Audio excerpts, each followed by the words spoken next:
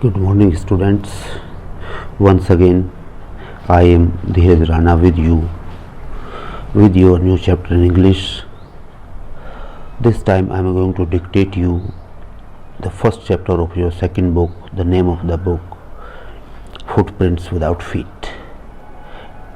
As you know, जैसा आपको लगता है कि ये जो चैप्टर है इसका जो टाइटल है वो विशेष है, पैरों के बगैर पैरों के निशान. It is stage 1. अजनबी लगता है लेकिन ये जस्टिफाई किया गया है. और इसका पहला जो चैप्टर है बहुत ही इम्पोर्टेंट है. A trump of surgery. It stands for surgery, as you know, a kind of medical activity in which the doctors treat the patients by cutting the wounds, by deflating the wounds and or curing them like this. तो इसमें ये chapter बहुत आसान है और मुझे लग रहा है कि आप लोग यदि गंभीर होंगे तो आप लोग इसको बहुत आराम से अपनी पकड़ में ले आएंगे. चैप्टर कोई भी डिफ़िकल्ट नहीं है, बशर्ते कि आप उसको बड़े ध्यान से लें और गंभीरता से उसको लें. और ये उन्हीं में से है और ये चैप्टर बोर्ड के हिसाब से बहुत महत्वपूर्ण हो सकता है. और इसके जो लेखक हैं James Herriot. In this chapter I am going to tell you the whole summary to the point, the summary on to the points. तो आपको ग्रैब करना है, बड़े ध्यान से सुनना होगा. फिर उसमें से आपको क्वेश्चंस दिए जाएंगे, 15 to 16 क्वेश्चंस आपके आएंगे. कुछ डिफ़िकल्ट वर्ड्स आएंगे, वो आपको डिक्टेट करना है. और वो डिक्टेट आप तभी कर पाएंगे जब आप इसको पूरी गंभीरता से लेंगे और पूरी गंभीरता से लेकर के इसकी गहराई में जाएंगे. और गहराई में जाकर इसके लेसन को पूर्ण रूप से पढ़ेंगे, 2 बार पढ़ेंगे, तब जाकर के आपके पकड़ में आएंगी चीज़ें. और आप, मैं समझता हूँ, मुझे पूरा विश्वास है यदि आपने ये कोशिश की तो आप बहुत आराम से इन सब चीज़ों को निकाल पाएंगे. As the name of the chapter, a trump of surgery. इसमें हम देखते हैं कि एक मिसिस पेम्फेरी नाम की लेडीज़ है. सी इज़ रिच एनफ और उसको पालतू जानवरों को पालने का बहुत शौक़ है. उसने एक कुत्ता पाला हुआ है और उस कुत्ते का बड़ा प्यारा सा नाम उन्होंने अपने लिए रखा, Turkey. Turkey is the name of the dog. उसको खिलाती पिलाती बहुत, उसका ध्यान रखती है. उसकी दिनचर्या बहुत मजबूत बना के रखी है. भूख नाम का कोई उसको पता नहीं है टर्की को क्या होता है. तो धीरे धीरे ओवर बैलेंस हो जाता है, ओवरडोज हो जाता है और उसका शरीर मोटापे की तरफ बढ़ना शुरू हो जाता है. और चूँकि कुत्ता कद में थोड़ा छोटा है, चूँकि आप जानते हैं कि कुत्तों की बहुत सारी वैरायटीज़ हैं, तो उसमें से एक चुना गया है, तो वो थोड़ा भारी हो जाता है. अब कुत्ते की हालत, जो उसका जो पेट टर्की है, उसकी हालत बीमार की तरफ चली जाती है और मिसिस पेम्फेरी को चिंता होनी शुरू हो जाती है. तभी एक आइडिया उसके मन में आता है कि एक डॉक्टर हैं मिस्टर हैरियट, उनको कॉल किया जाए. उनको कॉल करती है और मिसिस हैरियट को अपने घर पर बुलाती है, अपने कुत्ते को देखने के लिए कहती है. मिस्टर हैरियट अपनी गाड़ी लेकर के उनके मिसिस पेम्फेरी के घर पर पहुंच जाते हैं. कुत्ते को देखते हैं. उन्होंने देखते ही समझ लिया कि ओवर डाइट हो गया है.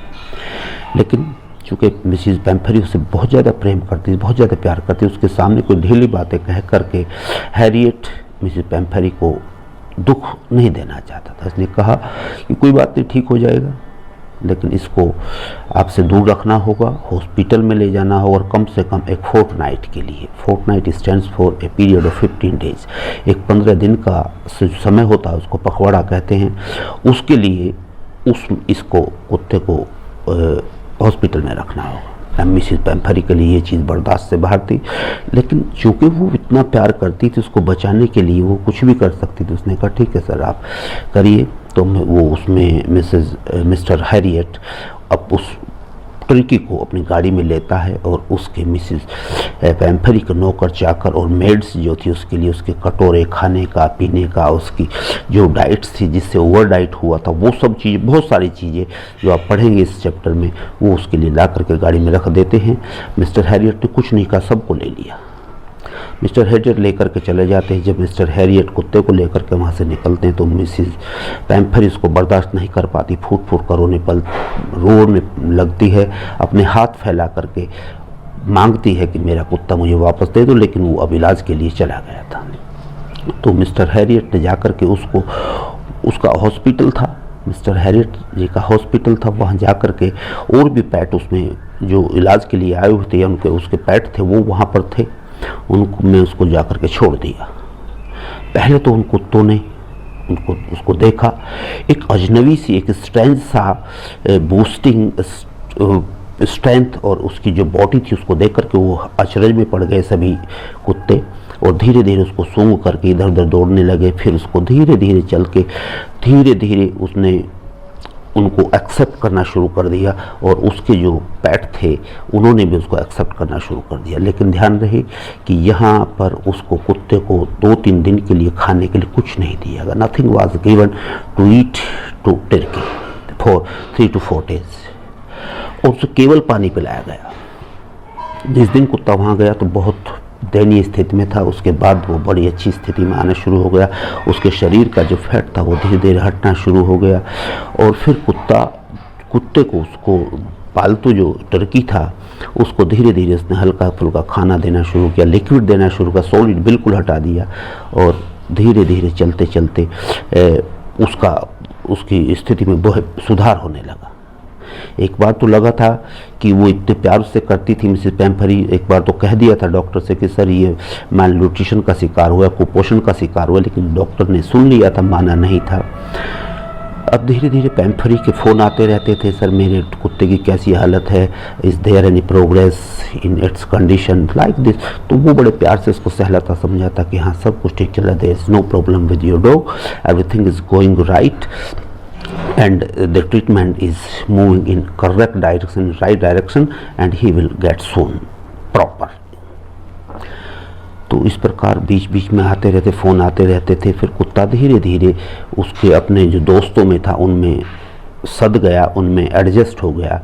अब कुत्ते को जब खाने के लिए कुछ नहीं दिया तो उनके जो कटोरे थे, उनके झूठे जो कटोरे थे उनको चाटता था, पार्टिकल्स ऑफ फूड पाने की कोशिश करता था जिससे पेट भर जाए। तो उन सबको अनदेखा करते रहे मिस्टर हैरियट, और धीरे धीरे फिर उसको डाइट दी जाने लगी। अब कुत्ता बिल्कुल अपने सही आकार में आ गया था और सही हो गया था कुत्ता। और इस तरह से मिसेस पैम्फरी को जब कुत्ता वापस देने की बात आई तो डॉक्टर ने सोचा कि मिसेस पैम्फरी को इसके बगैर रह नहीं सकती। यद्यपि वो चाहता था कि इसको लंबे समय तक मैं अपने हॉस्पिटल में रखूं, लेकिन फिर भी उसने अपनी गाड़ी में बैठा करके जब उसको लेकर के उसके घर गया तो उसका सारा सामान जो था वो ज्यों का त्यों बचा हुआ था। जो दिया था मिसेस पैम्फरी ने वो ज्यों का त्यों था। पैम्फरी ने कहा सर आपने कुछ खिलाया पिलाया नहीं? उसने कहा नहीं, मैं इसको वो दिया है जो इसको चाहिए था, वो सब इसको दिया गया, आप बिल्कुल चिंता ना करिए, आपका कुत्ता अब ठीक है। और अपने कुत्ते को पा करके बाहों में ले लिया, उसको किस किया, हग किया अपने पेट को, टर्की को। और इस तरह से मिसेस पैम्फरी बहुत खुश थी। और मिसेस पैम्फरी ने कहा डॉक्टर साहब you did extremely well and you saved my pet and I am always grateful to you। बहुत बहुत आपका धन्यवाद, आपने मेरे कुत्ते को बचा दिया है और मैं इसकी आभारी रहूँगी। और ये कहते कहते मिसेस पैम्फरी की आंखों में आंसू आ गए और आंसू पहुँचते उसने कहा कि no Mrs Pomfrey, nothing to worry, ये सब ठीक हो गया।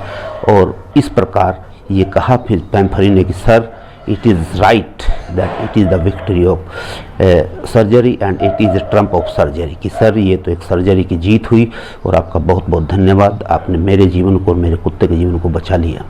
तो प्यारे छात्रों, ये कहानी हमको बताती है to whom you love very much। तो this is our duty to maintain that thing, that person, that individual, that personality in a proper manner, so that could remain with us for a long time। If we have our real love with it, we have to maintain things in a proper way। इस प्रकार से ये सबक हमको मिलता है कि किसी चीज़ से प्यार करो तो बहुत खूबसूरती से यदि प्यार करना चाहते, ज़्यादा लंबा समय तक उनके साथ रहना चाहते तो आप अपने आप को उससे एडजस्ट करके रखिए और उसको सही तरीके से उसका इस्तेमाल करिए। तो प्यारे छात्रों, ये मैं उम्मीद करता हूँ आपने ध्यान से सुना होगा और इसको बहुत गंभीरता से आप लेंगे। पूरे चैप्टर को यदि आपने नहीं पढ़ा, समरी मात्र से ज़्यादा कुछ होने वाला नहीं है। जब तक आप चैप्टर पढ़िए, चैप्टर के अंदर जाइए, आप बहुत कुछ आपको मिलेगा, नए नए शब्द मिलते हैं, उनको डिक्टेट करिए, कैलकुलेट करिए, और तभी आपको पता चलेगा कि इसमें क्या है। जो क्वेश्चंस मैं आपको दे रहा हूँ वे बहुत इंपॉर्टेंट है, टिपिकल नहीं है, सिंपल वन है, लेकिन पूरे आपके चैप्टर को आपको रोटेट करते हैं, आपके माइंड को रोटेट करते हैं, सो आप चैप्टर की पूरी कवरिंग उसमें हो जाती है। इसलिए आपको सारे के सारे वो क्वेश्चन आंसर्स और डिफ़िकल्ट वर्ड्स को करना होगा। प्यारे छात्र, उम्मीद करता हूँ कि आप अपनी इस मेहनत को जैसे आप कर रहे हैं इसी और मजबूती से लेकर के आगे बढ़ते रहेंगे और अपने कदमों को पीछे नहीं मुड़ने देंगे, जिससे कि आप पीछे रह जाएं। आप अपने कदमों के साथ कदम ताल बना करके हमारे साथ मिल करके आगे बढ़ते रहिए, और इसी में आपकी स्टडी और आपके जो कार्यशैली है उसका भला हो सकता है। इसके लिए हम सब तैयार हैं। मैं आपको कल अगले चैप्टर के लिए मिलता हूँ। तब तक के लिए goodbye and wish you all the best. Thank you.